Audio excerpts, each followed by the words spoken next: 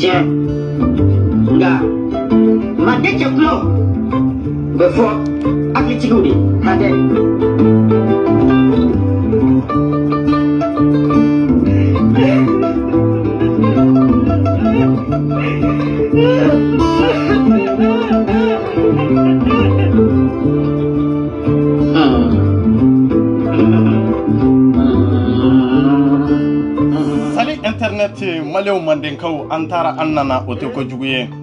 boli manjugu nte sagi ko ode ka jugu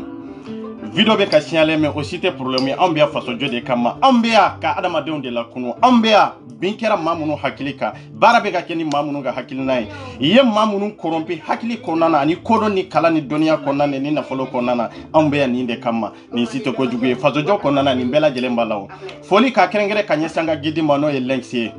ngo chekele ni to chama chekele minya nindi faso ma chekele minya ka nafolo di faso ma chekele min nana ka fuko ko ali be faso jo faso min tumbe dinye kono sankeme sambina ni faso min tumbe dinye kono ammansa tumbe dinye min kono ambalma tumbe dinye min kono nu tumbe ka barake nu hakili nu tumbe ka barake nu ka nafolo nu tumbe tunu kono tunu minutu ntanye do lexi nana ka fuko abe bela kunu kelenkele be kanga kunu ni ka hakilnai be kanga kunu ni ka dinite be kanga famu ere munde ki ere folo après be ke faso fe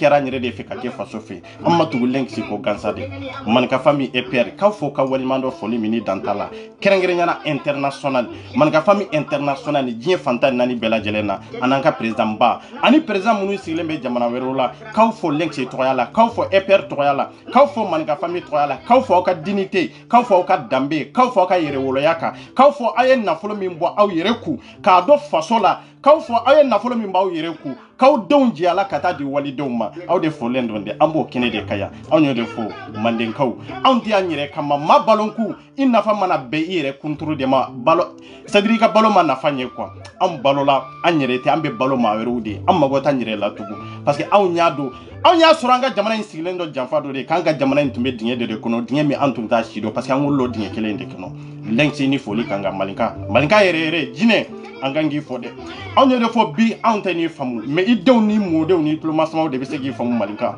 wallahi chekele minya nindi fasoma amba foka walimando foli mini dantala ni kene nye malinka de taye ne re lengsi de taye ni lengsi te c'est comme ne rete parce que ne aka idolosi famu kasi hakemi na ntugura ko kasi hakemi ma ayembo dinye min kono ayembo jamfa min kono ayembo kalabantia min kono ayembo arnakia min kono mba fo kadala horonya ni dambe ni yere wolo ya kama lengsi ga so dafitin de 24 heures sur 24 heures ambe nyogo molo anteta ante machi kabo mande kasagi kana mande odo mande kona de do anteta ante machi awa har nanchira anteta amba nola ya ambe bo ka bede me ambe bo ka barake be me amba nola de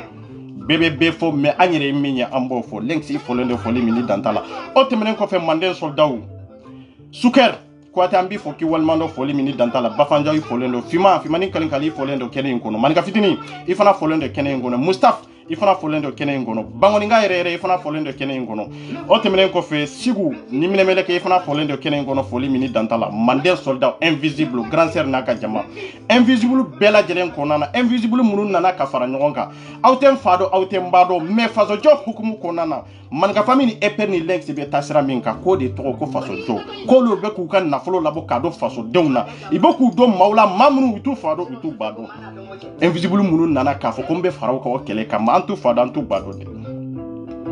wallahi grand sœur ni ka jama an b'aw fo ka walimando foli min tan tala an y'o de fɔ sa maa yɛrɛ de i mana kɛ diɲɛ ko kɔ la i mana kɛ yɔrɔ yɔrɔ maa bi dɔn maa ti dɔn k'i yɛrɛ aw kɛra aw yɛrɛ de manka fami kɛr'u yɛrɛ de n'i ma k'i yɛrɛ i tɛ se ka mɔgɔ dɛmɛ n'i ma k'i yɛrɛ i tɛ se ka kari i ni na ka maa wɛrɛ dɛmɛ n'i ma k'i yɛrɛ de i tɛ se ka foyi kɛ ɲɛnamaya kɔnɔ i ka ko bɛɛ lajɛlen dan bɛ bɛn i yɛrɛ kun de ma ala kana an ka ko bɛɛ lajɛlen dan an yɛrɛ kun ma a ka kɛ fɛn ye fɛn min bɛ kɛ baji ye pour que k'aw ye bɛɛ k'i ka nafa sɔrɔ a kɔnɔ manka fami ni EPR sigilen bɛ nin de kama an bɔ kun kɛra mun de ye kɛrɛnkɛrɛnyana madame la présidente EPR France n'o ye Sangoma ni Bangoma ye muso kelen min n'a sɔnna ko min ma a bɛ kɛ wa n'a banna ko min ma o kɛli man di dɛ wallahi cɛ min nana k'a fɔ ko ɲaw ye faso jo de la ɲaw ye taabolo kan muso min nana ɲaw ye taabolo min kan ɲaw ye taasira dɔ de kan den caman de bɛ ne bolo mais aw bɛ ka waliden minnu dɛmɛ aw bɛ k'aw ka nafolo bɔ aw yɛrɛ kun ka dumuni tigɛ aw yɛrɛ denw na ka taa di waliden minnu ma ne bɛ fara aw kan nin kan dɛ Sangoma ani Bangoma i n'i ka bureau kɔnɔ mɔgɔw i n'i ka groupe ladenw groupe France ka taa fara fo bureau kɔnɔna cɛ o cɛ b'a la muso b'a la maa si mana jɛnɛya kama maa si mana aranakɛriya kama maa si mana tɔgɔ kama maa si mana jamu kama bɛɛ nana de an bɛ fara ɲɔgɔn kan ka faso de jɔ faso jumɛn de don ko Mali jumɛn de don an bɛnbakɛw ye Mali min t'an bolo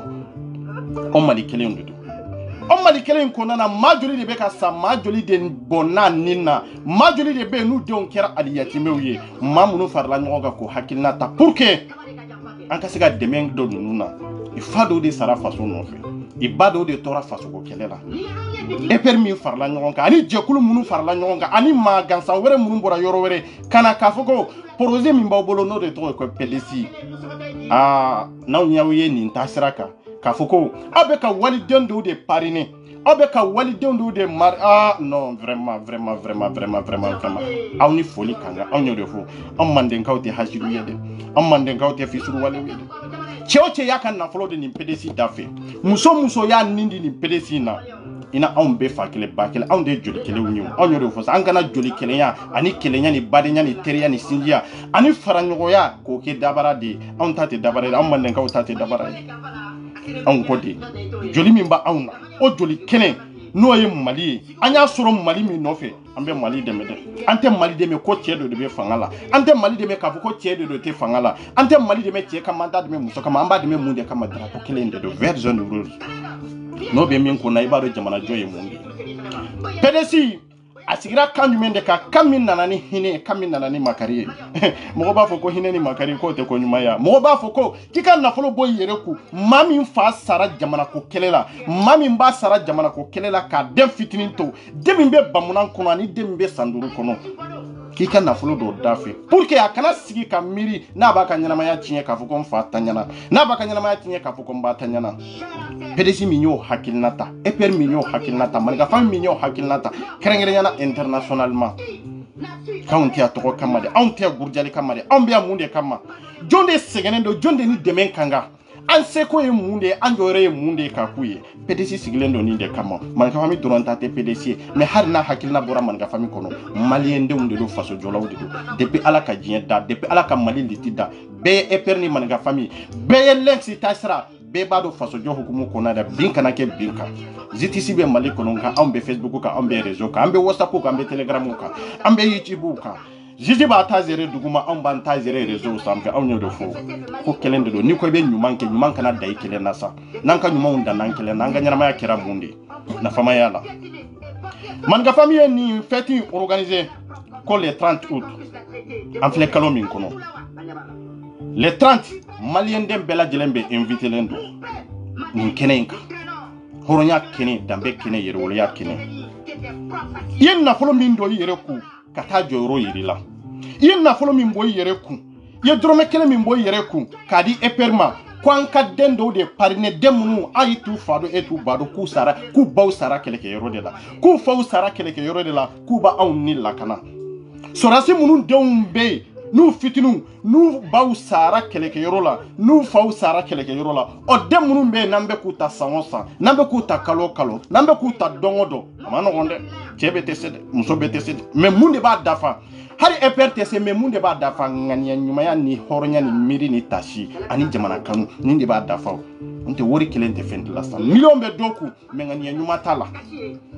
amana do ko la nafate yalla dorome kelen de bi bolo ise yo de pour que ka doma wallahi ala be barka do ala ka sabu ya dini ngani nyuma de foite ko nanji yabo nyore fo man ga fabi muso baw be wa che baw be wallahi a che baw be muso baw be I donente I magote tokola I magote jamula I magobe mundela anjoro jume faso jola ko jin banfenye imana sanki meke ilaba isadi imana na kele kata ilaba isadi obi ko mina ebisika munde nye faso yi man ka famisi kanye ndinde eche furlenye muso furlenye eche gananye muso gananye am magote ni sila am magobe mundela ejoro ebisika munde keni walide nunye walide munu nu fawu nindi jamana makafo ko anye sorasude ambedo ka jamana ka kisi ka tanga nu fawu sara keleke yorola nu baw sara keleke yorola o den joli de be iri kono bi iba joli de be iri kono bi o den joli de be nu ka kalantiana ni jamana de sara kata ni man ga fami go no ambe jona ka kalanye ambe jona ka santé ambe joni hera bela jelenye yani au ka kalan kabba parce que ni ma kala ite fendo awa ni ma kala ite ko kala ma awa ni ma kala ite seka fenki yere akure mundi mamunu bi nambe kuta ni eperbe kuta ni PDC projet sigira akama ni doyu marine ni doyu parine ko were talo pour que ikanake ko dombalu ye ifaye jamana de kanu ko ni sabe na jamana kono ni bimbe na ke jamana ka aw ninka toala aw ninka kisi ulu tanyane ko fe ulu don tabaga e jonde ya onde ko suka laidu ka dafa ko mawde sonade aba aw sona kan nindi fasoma ko mi mamun sara chokomi leji sona kan nindi fasoma e peri sona ka pedesi sigini de kama naw ya nindi fasoma ka foko ni sabe na aw na mali kono ni bimbe na ke maliende unka aw be sa folo o kofe ambe balo lo kunye munde nam balo la o kofe aw tanyana ka o de mununto aw tanyana ka o muso mununto aw tanyana ka o balma mununto joro e minya aw nafa e minya kan go de ke masu te dun sa ma nafa de be ni nafa te adama de nafu fala ki de do har adama de salem kofe nafa bere ti bolo la ifare sogo nafa fo italam tumu de ba do fo ay kawire ay ko ke faso fe e ber kera faso de fe bere invité lendo ni feti konana feti mbe damine 16h katabla minuit ni nande la ka feti minke ikechogo te kelenye ni feti ndabura munde kama mamunu ye drome labo har na soro no luma dende parine nu ma dende parine no lu ye drome de labo ka di manga fami ah ni enne ka deme ka dauma abeka sorasi de munun deme abeka aliyatime munun deme abeka mamunun deme munun fawu sara faso kama munun bawu sara faso kama ninde ne seko e ka dauma obe welelendo akeneka ani mamunu ye den kelen ta den fula ta den sabata oni mamunu ye demewere ko lite kelen ne bela jelen de be kanga faso ko la onyo de fosa e perite parti perila onte ani code ani madu de kadi ani madu de mandi no ni be faso fe ina on be kele hakino be fo nyon ko me jamana jo e kelen de ni jamana jo ni ata yoro chale ni fere ta kuno de nata hashiri ya wode ba kono ai on man nata passé on bado ni natara jiela inna tara koko la jela itina besoro donc o dia to ambe kan maya nim projet kono no e PDC ka sigi je fanta nani bela jelena anka ke manifesta manna ta bete soro mabe hamini koko ya bete soro a ce baw be ninke togola muso baw be ninke togola muso be ulu kan na folo bela jelende do adafe jawbe munu yu kan na folo bela jelende do adafe amba kuma ko de me mawbe munu ka girna awnya mawbe munu be kodo ka dima anka olu sigilendo akama olu de projet organiser kanana nay ko faso kanu video kete faso kanu nyelendo ote faso kanu ye joyoro de an joyore ye munde an nafa ye munde an be sega wori jumende do nindafe mama la kanga foni kenenka ay den joli de ta akacha de anana ni million joli ye akacha de doro me man do bakele mancha ma joli de be munu nanani wori ye a neti siga denta ala ma denta sekenye de me min sebe ne o ni de kaw de menay chabe bara de man nana ni drome kele minye o saray bo de soro kiyama don mado ye dumini de tige mado yo ka kalo sara de tige ka do ni den nun ka do ni aliyatime nun dala ko fa u sara faso de kama ba u sara faso de kama no isorasi munun tora fona sorasi munun sara anga kele ke yorola sorasi munun sara jamana kama or sorasi kele no ambu shuteni munde kama jamana na mi uto esini ese de umbe jamana kanwa ite unte jamana kanwa C'est pour cela qu'an bɛ tugu kɔ. C'est pour cela qu'an b'u denw ta. An b'u ta pour que ifaw sara jamana kanu min kan olu yɛrɛ ko jamana kanu kelen de ta k'a ye an ka Mali ɲanga diɲɛ bɛɛ sanfɛ. Mali y'anw de ta ye. An sɔnna Mali ma bi o.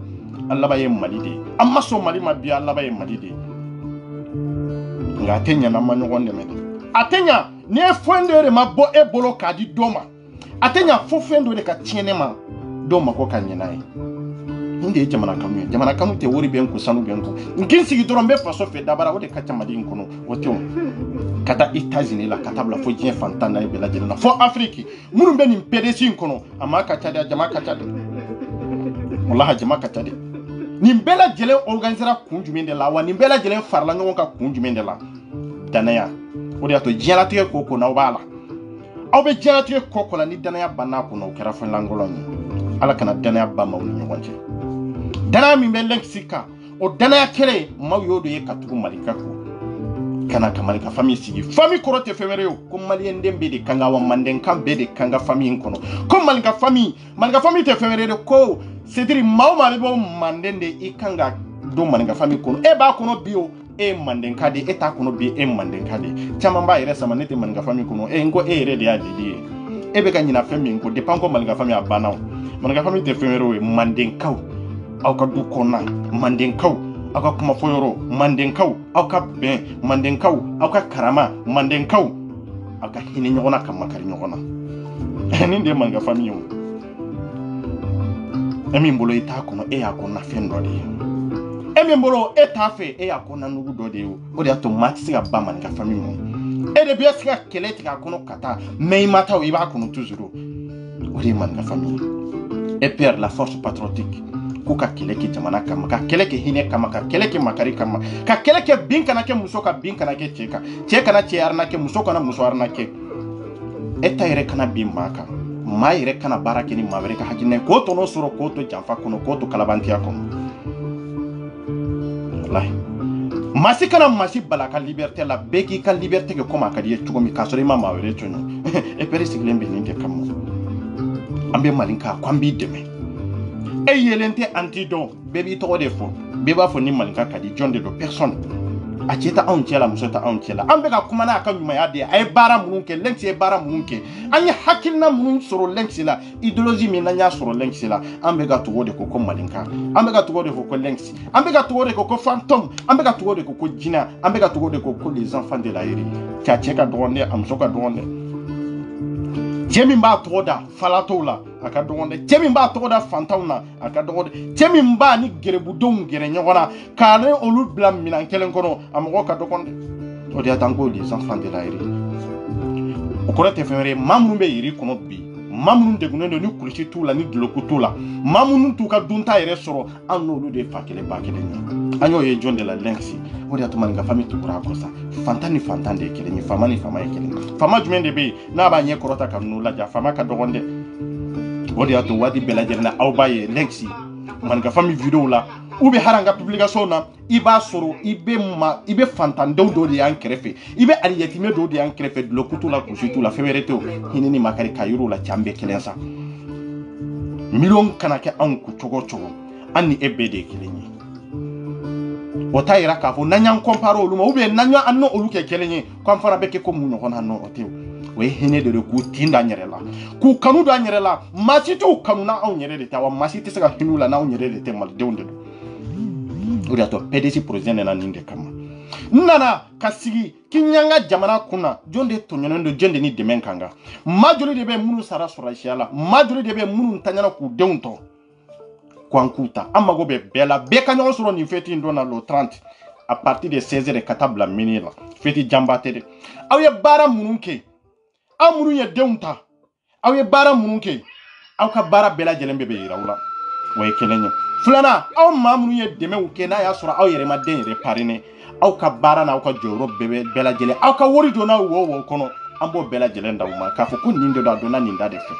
Maa minnu yɛrɛ ye den parrainer bɛɛ b'a dɔn dɛ i ye den min ta a kɛra kelen ye a kɛra fila ye o e b'a dɔn i ka den lisi bɛɛ lajɛlen bɛɛ b'i bolo an bɛ tila ka lisi bɛɛ lajɛlen fana d'i ma cɛ kelen tɛ muso kelen tɛ min ye ni aliyatimɛ kelen ninnu ta min ye nin den kelen ninnu ta k'a fɔ ko e t'i den tɔgɔ dɔn i t'a jamu dɔn k'a wolo sɛbɛn t'i bolo k'a ka identité t'i bolo a tɛ o an y'o de fɔ sa bébé se ka fo maninka famille on ye arnaqueur de parce que monde ya dese koda o de ba to maw be ni nyoro fosa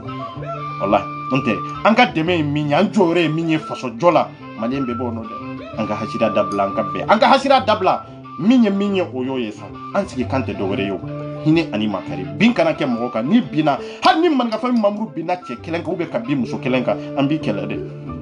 donc o ba ira parti brita on bolo am mo be faso de faut te faso de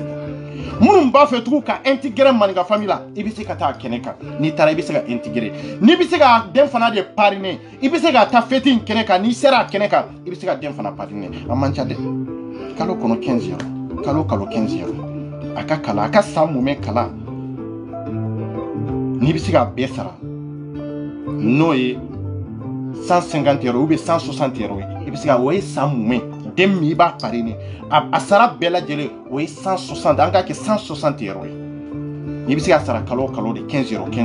problème de bala on ta do on ba di fantam dem on ta do on ba di aliyati me udala munu bi bloqué ba on na kursi ba on na me samara to musiana de imana pare choko to ni samara ti se no efu de c'est pour ça que amba nyini ka samara do nunu kena amba nyini nunu faw sara siraminka no ye faso kamuye no ye ka drapeau ta kanyanga ambe makaw ye drapeau min tambolo modbo ke tay drapeau min tambolo kambe fakele bakele o drapeau kele sara o de kama nu saro kama an kanga samunde kama udeunta an kanga samunde kama umuso deme an kanga samunde kama sayin dimi idon kana sante de hana suru ifado tumbe nu tunte su gudeun ka kalanda fa an ka ke kalanda fa bagay an ka ke laydu timbe bagay jamana jote jamana nyama udoro nyere jamana don nyere joro ba de be jamana jola awa jamana don nyere kan nafa ba de be se jamana jo fana ma an ka kan nyere mauma be se ka intégrer man ka famille kono e be se ka ta feti in keneka drome te sara ande drome mina mola oni ande la ka feti munu ke ka teme ite kelenyere o feti fana be nale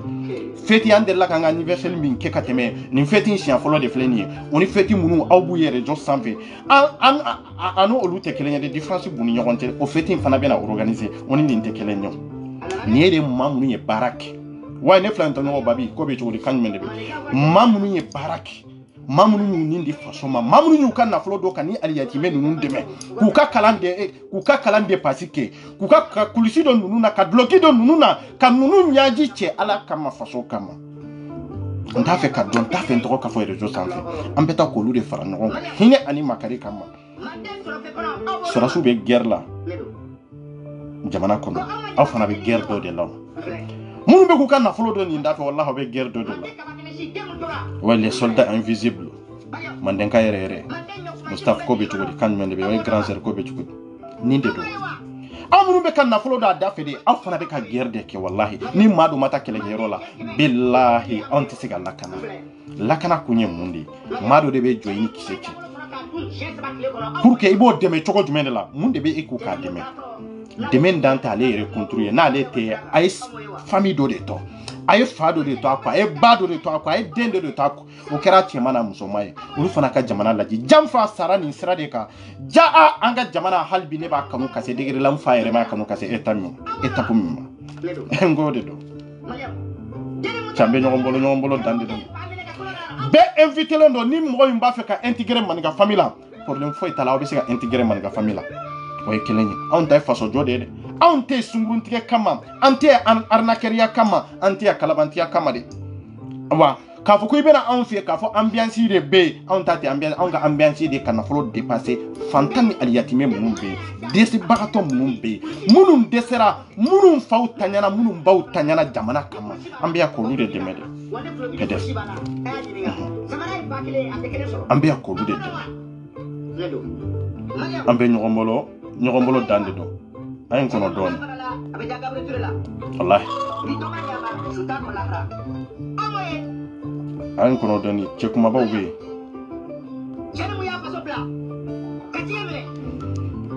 ayin kono don anga kanyere ma yere de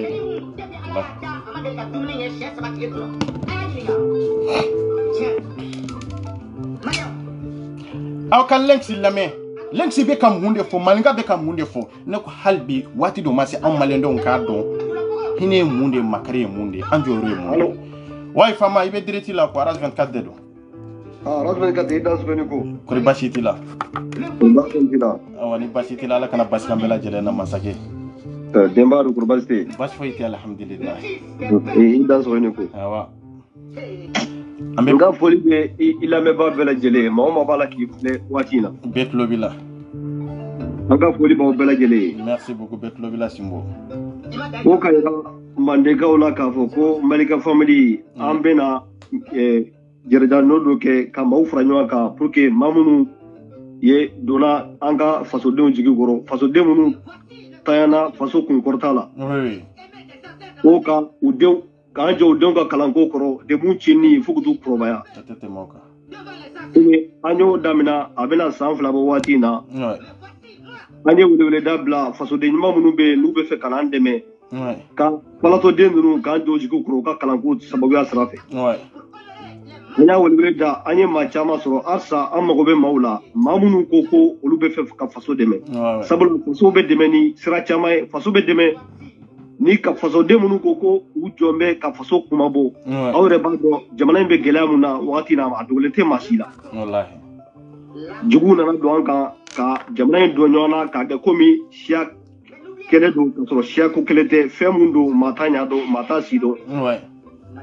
faso de munu wila ku jo nu ubala ka bin u binto u be muso de tuko u be denw de tuko o den nunu on de Malika family de hakilata soro ka fo ko an bɛ fɛ ka olu denw nu dɛmɛ u ka kalanko sababu la sabula mɔgɔw ma n'i ye olu denw dɛmɛ a bɛ ko i ye jamana de dɛmɛ sabula olu denw de jamana in siniɲasigi donc an y'o projet in tɔgɔ kɛ PDS ye n'o ye k'a fɔ les enfants de nos braves soldats qui sont tombés au front donc an bɛna ɲɛnajɛ min kɛ Paris ni an bɛn'o kɛ le 30 a bɛ ɲini bɛɛ lajɛlen fɛ maa o maa e de kɛra parrain kɔrɔ ye maa minnu y'u jɔ den ninnu jigi kɔrɔ marraine kɔrɔ ye muso minnu y'u jɔ den ninnu jigi kɔrɔ u bɛɛ lajɛlen wele an ka ɲɔgɔn sɔrɔ Paris pour que ka a ɲɛf'u ɲɛna nafolo min bɛ bɔ ka don den ninnu na o nafolo a bɛ don sira mun fɛ a bɛ don kalanfɛnw sanni mun na ka d'u ma ani kalo naani o kalo naani an b'u fara ɲɔgɔn kan ka balo ni fɛn minnu san u ye ka t'o ɲɛfɔ maaw ɲɛna k'a fɔ maaw ye fana an mago bɛ maa la halisa an dɛmɛli la sabula anw y'an jɔ den 100 de kɔrɔ aw yɛrɛ ɲɛ b'a la don o don an ka fasoden ɲumanw de b'a la ka bin ka faso k'u kɔrɔta an mago bɛ maaw la hali sini maa minnu bɛ fɛ ka u jɔ den ninnu jigi kɔrɔ an mago bɛ maaw la pour que ka den ninnu parrainer ka den ninnu marrainer ni maa o maa bɛ fɛ ka o kibaruyaw sɔrɔ i ka na nin fête in na papiyew b'an bolo an b'a yira bɛɛ lajɛlen la den ninnu kan ka ta cogo min na a ta cogo bɛ kɛ cogo min na papiye ninnu bɛ labɛn cogo min na i b'i to a sɛbɛn cogo min na k'a fɔ maaw ye fo ko cɛɲu na pour que ni maaw b'a faamuya yɔrɔ jamana in bɛ kɔlɔlɔ min kɔnɔ jamana in y'an bɛɛ de kunko ye an minnu bɛ kɔfɛ maa minnu bɛ Mali la maa o maa e de bɛ togoda la jamana in ye bɛɛ de kunko ye sisan o de la an y'a fɔ bɛɛ lajɛlen ye anw tɛ sɛgɛn an tɛ ɲina anw bɛ baara in kan k'an to Mali kɔfɛ an bɛ baara in kan maa minnu bɛ jamana kɔnɔ u kɛn bɛ k'an dɛmɛ maa minnu bɛ togoda la u kɛlen bɛ k'an dɛmɛ halisa an mago bɛ mɔgɔw la an ye weleweleda da o de la an y'a fɔ an bɛna ɲɛnajɛ min kɛ Paris maa minnu bɛ Faransi kɔnɔna la a ɲininen bɛ bɛɛ lajɛlen fɛ bɛɛ lajɛlen k'i sen bɔ i kɔnɔkɔrɔ ka taa pour que ni an bɛ ɲɔgɔn ye an bɛ papiye yir'u la an ye baara minnu kɛ k'a ɲɛfɔ maaw ɲɛna pour que ni maaw b'a baaraw faamuya Malika family bɛ baara la hali sini Malika family bɛ baara la an tɛ sɛgɛn an tɛ ɲina faso baara la sabula n'i y'a mɛn fasoden minnu ko olu wulila k'u jɔ ka faso kumabɔ olu de don an ɲɛ b'a la kɔlɔlɔ min bɛ jamana kan a dogolen tɛ maa si la maa minnu t'an bɛ ka u jɔ jamana kun kɔrɔ u kelen tɛ se jamana kɔrɔdenw de kan k'u dɛmɛ pour que ka jamana in baara jamana in k'a yɛrɛ sɔrɔ n'i y'a mɛn président n'i y'a mɛn premier ministre n'i y'a mɛn ministre de la sécurité o ye jamana kɔrɔdenw de ye olu bɛ jamana kɔrɔdenw de kama jamana kɔrɔdenw de fana kan k'u dɛmɛ pour que k'u ka baaraw sabati pour que u ka baaraw ka se a seyɔrɔ la o la an b'a ɲini bɛɛ lajɛlen fɛ an mago bɛ maaw la sini o de fête in bɛ an bolo pour que k'a fɔ bɛɛ lajɛlen ye mandenkaw ka foli bɛ aw bɛɛ lajɛlen ye aw dansogo aw dansira. Merci beaucoup Simbo Iniko idan so fo pon jogoro e. Merci. Ninde do mandenkaw ambe kene ka toujours. Ambe kene kono. Wallahi.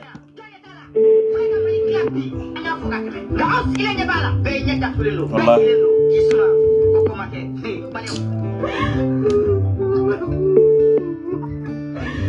Allô? Oui, H24. Ouais, c'est bon, il veut qu'il y ait direct là. Ah, ok, d'accord. Ouais. Bon, on a folie, la métier pour nous faire la télé. Mais il veut qu'on voit comment t'as bien, ouais. Faire la... Allô? Oui, allô? C'est bon? Oui, c'est bon. Voilà, moi, on a folie avec la métier pour nous faire la télé. Merci beaucoup. Ouais. On fait dans ce rôle, on dit quoi, on a folie pour faire la télé. Ouais, bon, franchement, on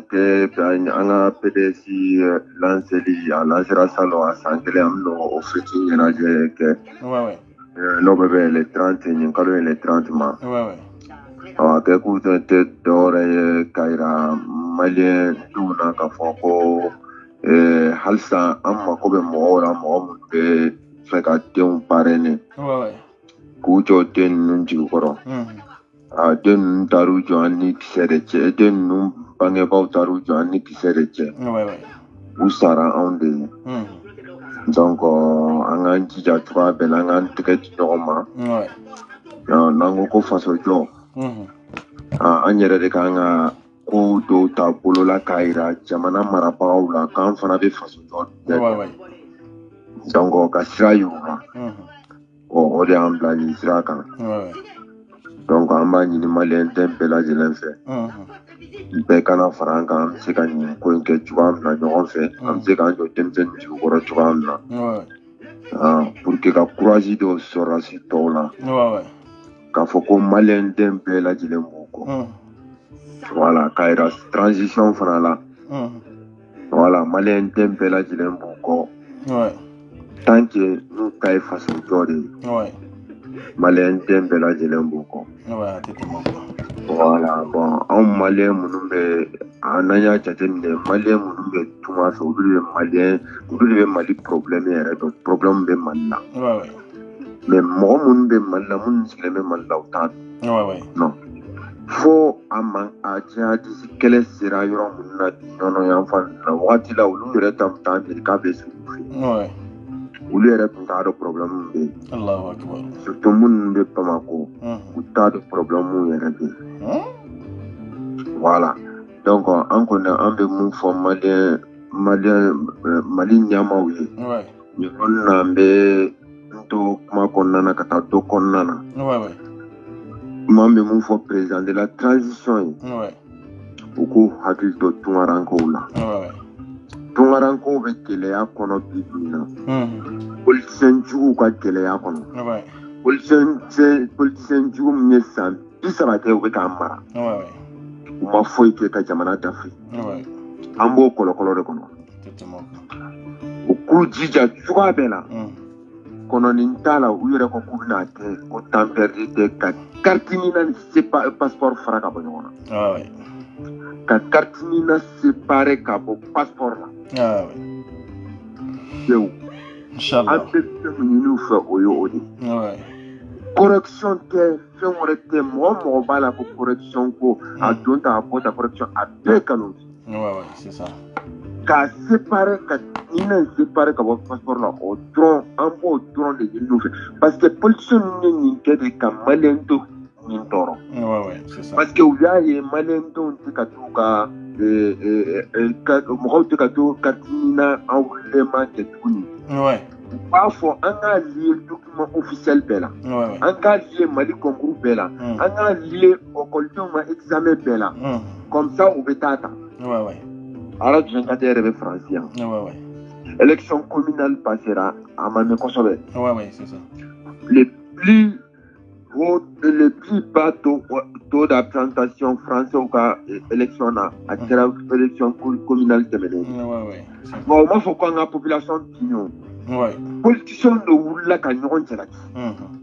n'i y'a ye mɔgɔw ma taa voter karisa de nɔ don aw ka politique de ma ɲi aw ka nin de ma ɲi aw ka nin de ma ɲi baara de tɛ ka kɛ jamana kɔnɔ u bɛ ɲɔgɔn de jalaki mais an ka politiciens ye mun ɲini k'a kɛ au lieu ka faute fili u yɛrɛ kan k'u yɛrɛ de ka faute don tɛ ka jamana mara cogo ɲuman na jamana denw tɛ ka taa carte nina ta o de kama donc u y'a fɔ de maintenant an ka solution sɔrɔ opposition fara majorité kan u bɛɛ de cɛ mɔgɔ tɛ k'an tise mɔgɔ tun bɛ fanga nɔfɛ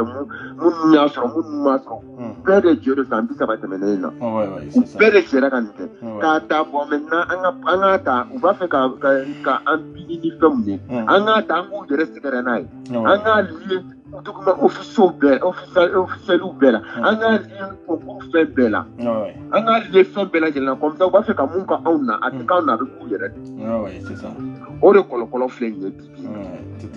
donc an b'a ɲini transition mɔgɔw fɛ il y a pas de temps à perdre Assimi Goïta dan dɔrɔn ka autorisation di CNT mɔgɔw ma k'a voter ka séparer ka bɔ passeport la fɛnw ka yɛlɛ sanfɛ o y'a bannen sinon tungarankaw de tɔɔrɔlen don dɛ Mali hami bɛ tungarankaw de la anw bɛ fɛn fɛn sɔrɔ tunga fɛ a bɛɛ bɛ taa Mali de kɔnɔ donc u k'u hakili to an na o yɔrɔ la anw bɛ fɛn fɛn ɲini nɔfɛ ka diinɛ in séparer ka bɔ passeport la mɔgɔw tɔɔrɔ la mɔgɔw jɛnna surtout nɛnɛ dɔntɔ dɔ yan mɔgɔw de bɛ sigi la kɛnɛma furuw sara fɛn caman kɛra donc u k'u jija cogoya bɛɛ la u k'o ɲɛnabɔ voilà o tɛmɛnen kɔfɛ n bɛ segin ka na kuma kɔnɔna na bɛɛ lajɛlen k'i jija cogoya bɛɛ la bɛɛ welelen don an ka fête in na Saint-Denis bɛɛ lajɛlen k'i jija i k'i siyɛnsiyɛ yen nɔ hali ni mɔgɔ min tɛ se ka den parrainer i ka dɛmɛ ye mun ye i bɛ se ka dɛmɛ mun don i k'o dɛmɛ don voilà an bɛɛ lajɛlen an hakili b'o de la donc o de tun don k'a ɲɛfɔ an lamɛn jama bɛɛ lajɛlen merci beaucoup a foli bɛ bɛɛ lajɛlen ye voilà merci beaucoup voilà sorry nin de don an bɛ ɲɔgɔn bolo dan de don an mandenkaw a dan de don dankisɛ danden anw yɛrɛ fɔ an tɛ hinɛ ɲɔgɔn na bada f'an ka ɲɔgɔn layɛ de ayi n'i ma maa layɛ i tɛ se ka hinɛ a tigi la o est-ce que nin bɛ ligne kan fɔlɔ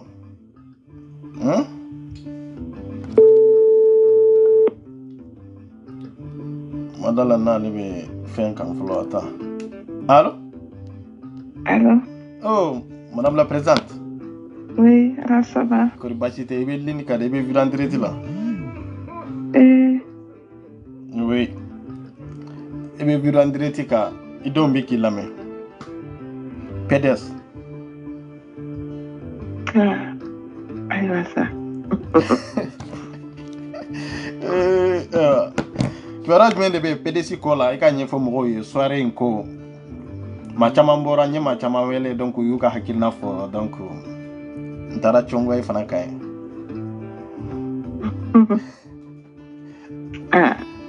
ko maa caman bɔra maa caman ye fɛn caman fɔ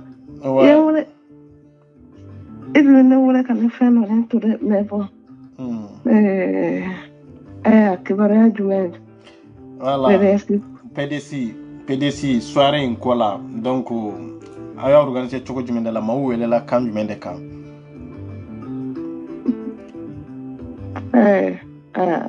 bon comme n tɛ vidéo kɔnɔ sa bon n t'a dɔn minnu ye dɔ fɔ déjà sɔrɔla n'u ye dɔ fɔ déjà ouais i ye dɔ fɔ mais an mago b'a la i yɛrɛ ka dɔ fɔ en tant que la présidente o bɛ bɛɛ lajɛlen fo ko bɛɛ lajɛlen ni wula bɛɛ tulo b'i la walahi i lajɛ jama bɛɛ lajɛlen jɛkulu kanubaga bɛɛ lajɛlen fana bɛɛ tulo b'a la walahi o ka projet yɛrɛ fana dɛmɛbaga jɛkulu bɛɛ fo ko projet PDS k'a ye san 1 sɔrɔ a ye san 1 sɔrɔ sisan donc ko an bɛ marrainw fo ka parrainw fo ani an dɛmɛbagaw ka Malika famille membres bɛɛ lajɛlen fo nin san fɔlɔ nin na k'an b'a fɔ k'u bɛɛ lajɛlen joyeux anniversaire donc san 1 o tɛ tile 1 ye san 1 tɛ tile 1 ye fiyewu donc an y'a laɲini ka se ka nin soirée sigi ka se ka an ka denfaw ni a denbaw fo o don na an ye u bɛɛ lajɛlen wele kɛrɛnkɛrɛnnenya la projet PDS ka anniversaire de don Donc projet PDS kanubaga bɛɛ lajɛlen welelen don ka se kɛnɛ nin kan o don. Ka Malika family membre bɛɛ lajɛlen wele a don fana kana kɛnɛ kan. Wa mɔgɔ fana i bɛ projet nin fana kanu k'a kanu b'i la k'a ka di ye ka participer a la. Hali ni ma se ka den ta i welelen don fana. Parce que dɔw bɛ yen nɔ olu ma se ka den ta mais u sera ka u seko damayira kɛ projet nin na. Donc an ma ɲina mɔgɔ si de kɔ tiɲɛ yɛrɛ la ka bɛɛ lajɛlen wele nin don na u kana an ka jɛ ka projet ni a balimaya n'a sinjiya ka projet nin tɔ sankɔrɔta ɲɔgɔn fɛ a don. Donc an bɛ jɛ ka dumuni kɛ ka tulonkayɛlɛ caman kɛ. Sali bɛ sɛndeni gari kɛrɛfɛ kɔrɔti. Adresse yɛrɛ b'a kan, n ye adresse bila titre yɛrɛ la. Ayiwa sa. Adresse bɛ titre la. Awɔ. O yɛrɛ de don soldat i folen don k'i dansɔgɔ kini ko. Merci beaucoup, merci inchallah. Donc k'a ɲini an kanubagaw bɛɛ lajɛlen fɛ ka membre bɛɛ lajɛlen k'u bɛɛ welelen don a kana an ka jɛ an ka nin tulonkɛ kɛ ɲɔgɔn fɛ ka san kelen kuncɛ hɛrɛ baden kɔnɔna la. Ka tila o la sisan sa ka duwawu don kɛ an ka sɔrɔsiw ye minnu taɲana n'u bɛ duguw bolo ni projet na wulila olu yɛrɛ de ka orphelins de kama. Donc ka duwawu don kɛ olu ye ko Ala ka barabara lali nɔgɔya u bɛɛ lajɛlen ye. K'u sara faso ye ko ni dabamasa ka diɲɛ de ko faso fana bɛna u seko kɛ u kɔ ye yan nɔ. Ni yatimɛ ninnu ye kɛra fɛn ye ninnu kɛra fɛn ye ninnu de bɛna kɛ an faso u faw y'a bila yɔrɔ min na ninnu de bɛ se k'a ta yen nɔ ka faso lakana. Ni y'a ye an b'an da ka sunɔgɔ ka wuli ka an falen sunɔgɔ dɔ a bɔra ninnu faw de la an'u baw. Militariya la cɛ b'a la musow b'a la donc an ma ɲina a musolakaw yɛrɛ fɛnɛ kɔ. O denmisɛnnin ninnu k'an bɛ duwawu kɛ u ye. Dɔnniya a bɛ ka kɛ k'u dɛmɛ u ka se ka dɔnniya min sɔrɔ ko Ala ka dɔnniya belebele nɔgɔya u bɛɛ lajɛlen ye. Donc u kɛ mandekaw ye k'u kɛ hɔrɔndenw ye. U kɛ se ka dɔn fɛnɛ u dɛmɛbagaw ye fɛnɛ don n'a nataw la. Dɛmɛbagaw tɛ ka kɛ dɔwɛrɛ kama u bɛ ka kɛ u faw ka ɲuman olu ka ɲumanya yɛrɛ de kosɔn ka tila kɔ tuguni k'a kɛ fasoden ɲumanya kosɔn. Cogoya min na ninnu bɛ se ka kɛ fasoden ɲuman ye don dɔ la parce que ni anw ma ɲina u kɔ u fɛnɛ bɛna dɔn don dɔ la ko k'a fɔ faso ma ɲina olu kɔ olu faw taɲalen kɔfɛ wali u baw taɲalen kɔfɛ faso ma se ɲina u kɔ. Donc ka se ka u faw olu ɲɛji cɛ u ka se k'u da ka saya kɛ u ma lafiya de. Donc k'an b'an ka président de la transition a n'a ka membre bɛɛ lajɛlen jamakulu bɛɛ lajɛlen fo ka Mali yɛrɛ kanubaga bɛɛ lajɛlen fo. Transition fɛn bɛ k'a soutenir fɛnɛ k'a bɛɛ lajɛlen fo. An bɛ duwawu kɛ Ala ka baaraw bɛɛ lajɛlen ɲa u bolo. Ala ka Malika famille ka nin projet nin fɛnɛ a yiriwa hali bi pour que denmisɛnnin ninnu tabagaw bɛ se ka caya cogoya min na fɛnɛ. An bɛ se ka denmisɛnnin caman dɛmɛ cogoya min na ka bɔ nin degun kɔnɔna la fɛnɛ. Donc o de dɔrɔn de don k'an ka se ka nin san yɛlɛma fête kɛ ɲɔgɔn fɛ dɔrɔn ka se ka denfaw ni denbaw bɛɛ remercier ɲɔgɔn fɛ. An ye Mali autorité a représentant fɛn bɛ Faransi yɛrɛ fɛnɛ kɔnɔna la yan nɔ fɛn sen bɛ se ka bɔ a kɔnɔkɔrɔ ka na k'u bɛɛ lajɛlen welelen don. An ka association minnu bɛ yan fɛnɛ a ka représentant bɛɛ lajɛlen fɛnɛ welelen don fɛnɛ. Donc ko jɔyɔrɔ bɛ bɛɛ lajɛlen na faso jɔ la. Ka banabagatɔ wele ka kɛnɛmanw wele. U bɛɛ kɛnɛ ko k'i jeniyɔrɔ fin a koɲa la. Donc o de tun bɛ n da k'o fɔ i ka vidéo nin kɔnɔna la. kana k'i yɛrɛ fo fɛnɛ i ka fasoden ɲumanya la. Merci beaucoup. Sɛgɛn bali ɲinan bali ni ɲɔgɔnna caman k'aw bɛɛ lajɛlen fo. Inshallah bɛ tulo b'i la wallahi. Merci. Donc ko n b'a ɲina an ka ɲɛmɔgɔba yɛrɛ kɔ Kara Lenx. Fama Lenx. An b'a fo. Wallahi an b'a fo ka waleɲuman dɔn. Yarabi Ala ka nin initiative ɲɔgɔnna caya faso kɔnɔ. Amina yarabi amina. Ko Ala ka laɲiniw bɛɛ lajɛlen sabati ka ɲinifɛn bɛɛ kɛ sɔrɔfɛn ye. Amina yarabi amina. Donc voilà ka organisateur bɛɛ lajɛlen fɛnɛ fo nin soirée la fɛnɛ. A bɛɛ fɛnɛ ye sɛgɛn bali ɲinan baliw de ye. C'est ça. Ka Malika family soldat bɛɛ fɛnɛ fo. Su fara tile kan olu de fɛnɛ bɛ yen nɔ ka jɛkulu ni a ka sankɔrɔta baaraw la waleya fɛnɛ. Donc an b'aw bɛɛ lajɛlen fo k'aw ni cɛ k'aw ni baraji. Merci beaucoup madame la présidente. Ne bɛ bɔ vidéo kɔnɔ ka kanubagaw fo ka lajɛ jamakulu bɛɛ lajɛlen fɛnɛ fo. Ka vidéo ni partager bagaw bɛɛ lajɛlen fo. Commentaire kɛlaw ka bɛɛ fo. Merci beaucoup inchallah. Merci yarasa Ala ka wula yɛrɛ caya. Amina rabbi amina. Merci.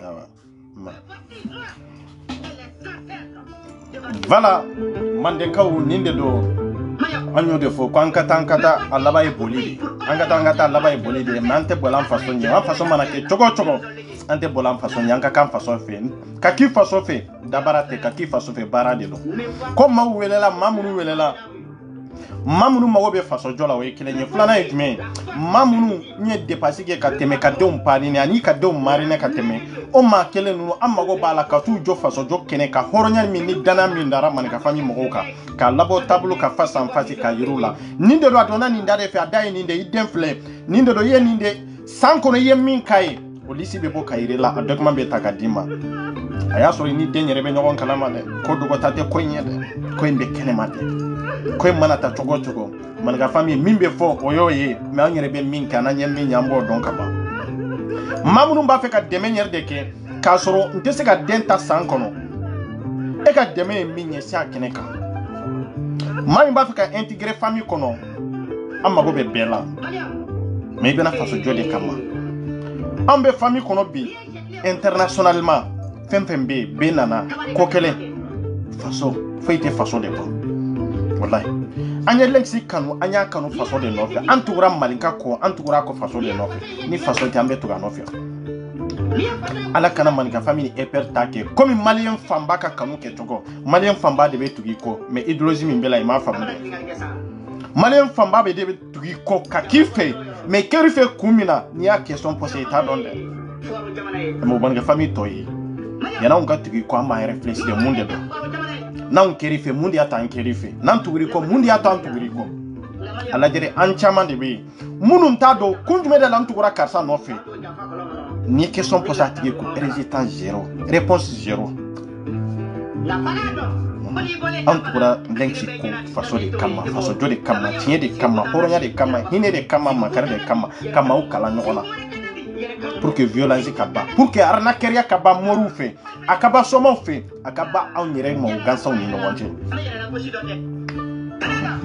ndi do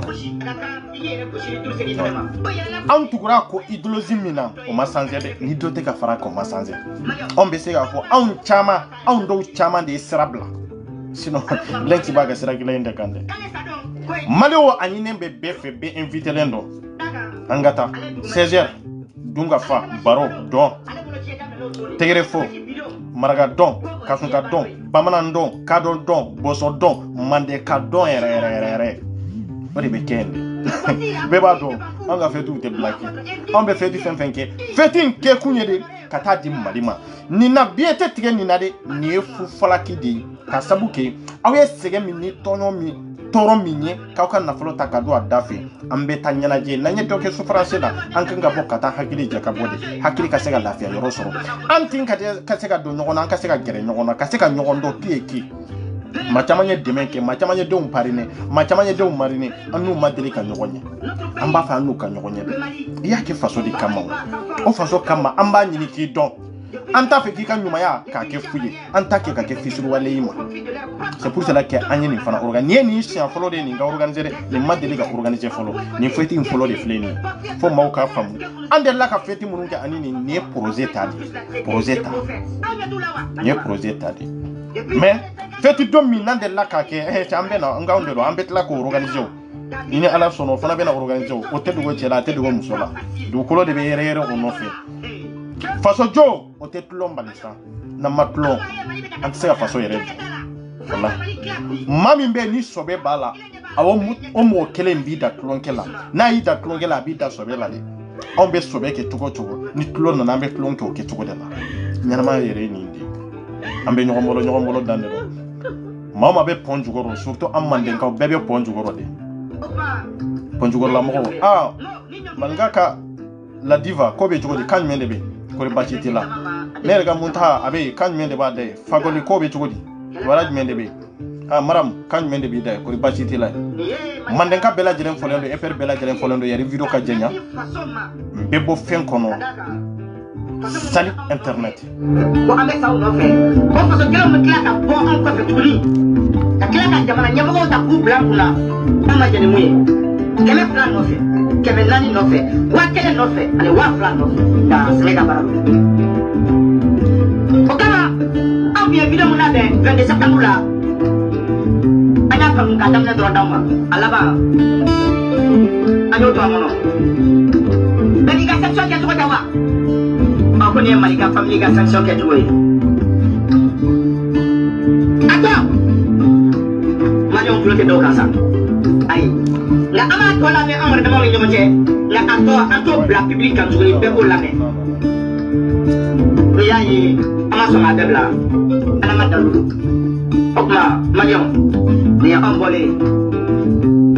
ko ben de septembre wa wan sa dan ada gome signé Malika la force est visible la main de Dieu le photo le fils aimé de Dieu le fils aimé des ancêtres matin l'enfant de la rue le Lex salut